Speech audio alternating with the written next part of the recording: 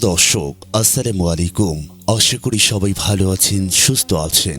এই মুহূর্তে কাছে কিংবা দূরে, দেশে কিংবা দেশের বাহিরে যে যেখান থেকেই এই গল্পটি শুনছেন, সকলকে জানাই প্রীতি ও শুভেচ্ছা।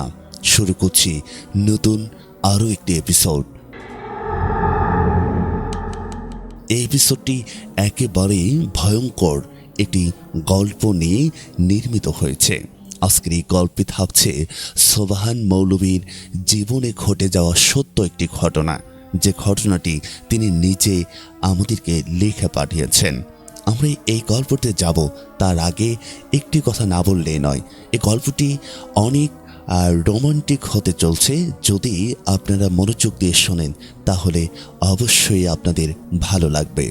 আমাদের এই গল্পটি আমাদেরকে শোনাবেন আজ তার মেয়ে সাইমা। তার কণ্ঠেই আমরা এই গল্পটি শুনব। তাই অনুরোধ করছি, পুরো গল্প জুড়ে আপনারা ধৈর্য সহকারে শুনবেন আর আমাদের সাথে থাকবেন। আমরা আর বেশি কথা বাড়াবো না, সরাসরি গল্পেই চলে যাব। তার আগে একটা রিকোয়েস্ট করতে চাই, যারা আমার এই চ্যানেলটিতে নতুন, অবশ্যই চ্যানেলটি সাবস্ক্রাইব করে আমাদের সাথে থাকবেন। আর আমরা খুবই মনোযোগ সহকারে একটা গল্প তৈরি করার চেষ্টা করি শুধুমাত্র আপনাদের জন্য। আপনারা যদি এই গল্পটি মনোযোগ সহকারে শোনেন এবং কমেন্ট করে আপনাদের মতামতগুলো জানান, আমাদের গল্পের কোথাও কোনো ভুল হচ্ছে কিনা, কোথায় কি করা দরকার ছিল, এই মূল্যবান কমেন্টগুলো আমাদের খুবই দরকার। কারণ আপনাদের এই কমেন্টের মাধ্যমে আমরা পরবর্তীতে আরও একটি ভিডিও তৈরি করার অনুপ্রেরণা পাই। তাই অবশ্যই চেষ্টা করবেন একটি কমেন্ট রেখে যাওয়ার জন্য। আর কথা বাড়াবো না, সরাসরি আমরা গল্পেই চলে যাব। সোবহান মৌলভীর মেয়ে সাইমার কণ্ঠে আমরা আজকে এই গল্পটি শুনব। সবাইকে রিকোয়েস্ট করছি, চলুন আর দেরি নয়, শুরু করা যাক। মৌলভী আব্দুস সোবহান সাহেবের সাথে আমার পরিচয় অনেক আগে থেকেই। 1991 সালে গাইসপুর হাই স্কুল শিক্ষক হিসেবে যোগদান করার মাধ্যমে পরিচয়ের ঘনিষ্ঠতা আরও বৃদ্ধি পায়। উনি বয়সে অনেক বড় ছিলেন। তিনি ছিলেন একাধারে হাই স্কুলের শিক্ষক এবং গাইসপুর জামে মসজিদের ইমাম। কিন্তু নির্বিরোধী এই ভালো মানুষটার প্রতি করা হয়েছিল খুব বড় অন্যায়। হাস্যকর, এক অপরাধের ধুয়ো তুলে গ্রামের মানুষ কেড়ে নেয় তার ইমামত্ব। চাকরির মেয়াদ শেষ হলে তিনি চলে গেলেন পুরোপুরি অবসরে। কিন্তু তার সাথে যোগাযোগ ছিল। ধর্মীয় বিষয় ছাড়া নানাবিধ আলোচনা করতাম আমরা। এই আলোচনার মাধ্যমেই একদিন জানতে পারলাম তিনি পানি পড়া তাবিজ দেওয়ার পাশাপাশি ঝাড়ফুঁকও করেন। নতুন তথ্য হলো, আগে এইসব কম করতেন, কিন্তু সংসারের অভাবের কারণে এখন একটু বেশি করেন। যাই হোক, মূল গল্পে আসি। কর্মব্যস্ততার কারণে একসময় যোগাযোগ কমে আসে। মাসখানেক পর ওনার খোঁজ নিয়ে জানতে পারি উনি খুবই অসুস্থ। পরদিনই দেখতে যাই, দেখি ওনার দেহ কাঠামো শুকিয়ে গেছে, অর্ধেক হয়ে গেছে। আমি এসেছি জানতে পেরে পাশ ফিরে আমার দিকে শুলেন। তার অবস্থার কারণ জানতে চাইলে বলেন, না বাবা, এই অসুখ আমার আর সারবে না, এটা অসুখ না। না না, অত ভাববেন না, ভালো চিকিৎসা করালে আপনার অসুখ সেরে যাবে। কিন্তু তিনি মাথা এপাশ ওপাশ করতে লাগলো। সেদিন চলে এলাম। এরপর কেটে গেল আরো একটা মাস। এক ভোরবেলার হন্তদন্ত হয়ে বাসায় এসলাম। মৌলভী সাহেবের মেজো ছেলে বলল, ভাই, এখনই আমার সাথে চলেন, আব্বা আপনার সাথে দেখা করার জন্য ছটফট করছে। গেলাম তার সঙ্গে। ঘরে ঢুকে দেখি অবস্থা আসলেই খুব খারাপ। আমাকে দেখে সর্বশক্তি দিয়ে যেন নিজের কষ্ট সামলে রাখলেন না। আমাকে ছাড়া ঘরের সকলকে বাইরে চলে যেতে বললেন। বাইরে যাওয়া মাত্রই আমার হাত দুটো জাপটে ধরে ফিসফিসিয়ে বললেন, বাবা, মনে আছে তোমাকে বলেছিলাম এটা কোনো অসুখ না? হ্যাঁ, মনে আছে। মিনিট খানেক অপলক আমার দিকে তাকিয়ে রইলেন। তারপর সত্যি শোনালেন এক ভয়ানক গল্প। তার জবানিতেই তুলে ধরেছি। মাস চারেক আগে ঘোলপাড়া থেকে দুজন লোক এসেছিল। বলল তাদের পরিবারের এক মেয়েকে জিনে ধরেছে।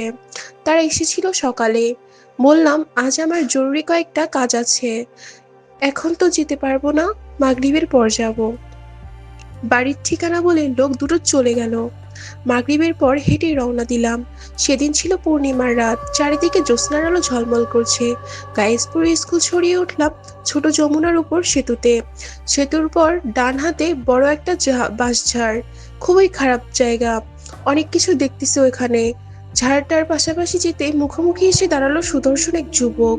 সাধারণ কেউ দেখলে তাকে আর 10 জন মানুষের মতোই মনে করত, কিন্তু দু চোখের গনগন দৃষ্টি মুহূর্তে আমাকে বলে দিল ওটা কি।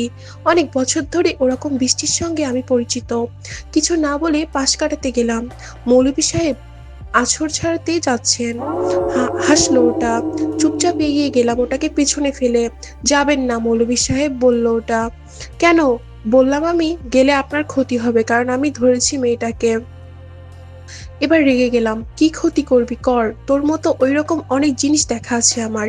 হুমকিও শুনেছি, কেউ ক্ষতি করতে পারেনি আমার, কিন্তু আমি পারবো। ভেসে এলো ঠান্ডা স্বর। যা ভাগ বেটা। রাগে গা জ্বলে গেল আমার। খুব ভুল করলেন মৌলভী সাহেব। আর কথা না বলে পা চালালাম দ্রুত। পেছনেই আর সারা শব্দ নেই। ঘোলপাড়া গিয়ে ভর হাওয়া মেয়েটির সামনে দাঁড়ানো মাত্র দাঁত খিচিয়ে বলল, কিরে হারামজাদা, এত মানা করো না, তাও শুনলি না। এরপর অকথ্য ভাষায় গালাগালি শুরু করলো। ঘন্টার দুয়েকের মধ্যে মেয়েটি আচ্ছাড়া ছাড়লাম।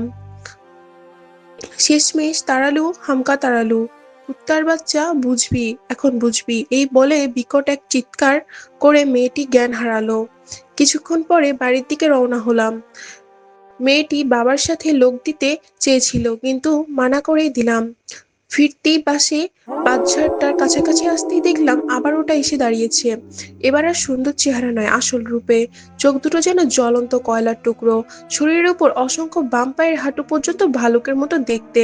বড় বড় লোম, ডান পায়ে দগদগে ঘা, দুই হাঁটুর উপর বাড়তি দুটো চোখ, আর তার মনে হলো রক্তর মতো লাল টকটক বিরাট এক জীব। নেমে এলো এসেছে বুক পর্যন্ত। কি রে শুয়োরের বাচ্চা, মেয়েটি আছর ছাড়িয়ে দিয়ে গেলি, আমাকে থাকতে দিলি না। ভয়ঙ্কর গলায় বলতে লাগলো, হারামজাদা, এত নিষেধ করলাম তাও শুনলি না কেন? প্রত্যেকটার কথার সাথে সাথে ছিটকে ছিটকে পড়ছে আগুনের কোনা। আমার কাজ আমি করছি, বললাম যথাসম্ভব স্বাভাবিক স্বরে। আজকে করেছিস তাই না? বল, শক্তি দেখালি। এত সব বড় সাহস তোর, এবার দেখ আমার শক্তি। তপ করে জ্বলে উঠলো একটা আগুনের গোলা। কিছু বুঝে ওঠার আগেই সোজা ছুটে এসে ঢুকে গেল আমার ভেতর। পড়তে পড়তে সামলে নিলাম, সারা শরীরে যেন আগুন ধরে গেছে। কোনো মতে বাড়িতে এসে সেই যে শুয়ে পড়লাম, আর উঠতে পারলাম না। জানতাম আর উঠতে পারবো না, তাই তোমাকে বলেছিলাম এটা অসুখ না। গত কয়েক মাস ধরে ওটা কেবল আমার ভেতরেই খলখল করে হেসেছে আর চুষি চুষি খেয়েছে আমাকে। চুপ করলেন মৌলভী সাহেব। চোখ দিয়ে টপ টপ করে পানি পড়তে লাগলো। খানিকক্ষণ পর বললাম, আর কিছু বলতে চান? এপাশ ওপাশ মাথা নাড়লেন, বলতে চান না। কিছুক্ষণ থেকে বিদায় নিয়ে চলে এলাম। বাড়ি ফিরে আসার মিনিট বিশেক পরে খবর পাই মৌলভী সাহেব মারা গেছে। দ্রষ্টব্য: খসরু চৌধুরী লিখিত আমার যত ভৌতিক অভিজ্ঞতা গ্রন্থ থেকে না।